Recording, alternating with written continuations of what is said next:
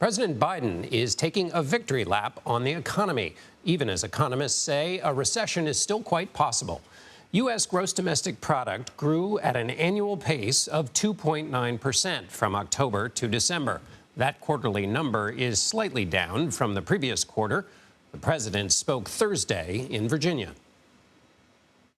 Jobs are the highest in American number and the highest in American history.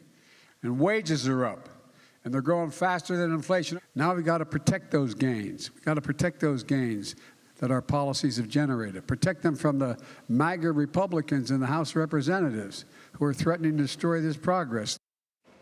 CBS News Chief White House correspondent Nancy Cordes joins me now. Nancy, the election's over. Why is the president talking about MAGA Republicans still?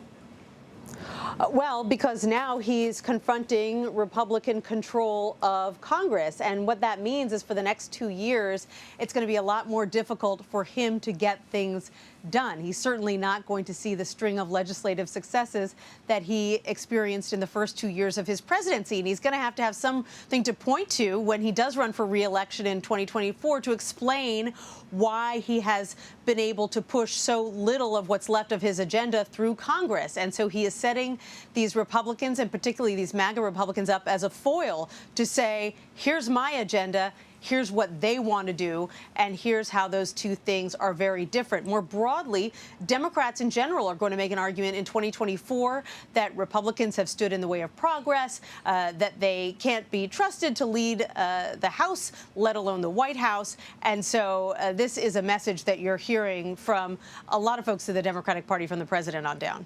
Hearing it already in this year, though 2024 is a year away. Let me ask you now about something that the White House is calling the Invest in America cabinet.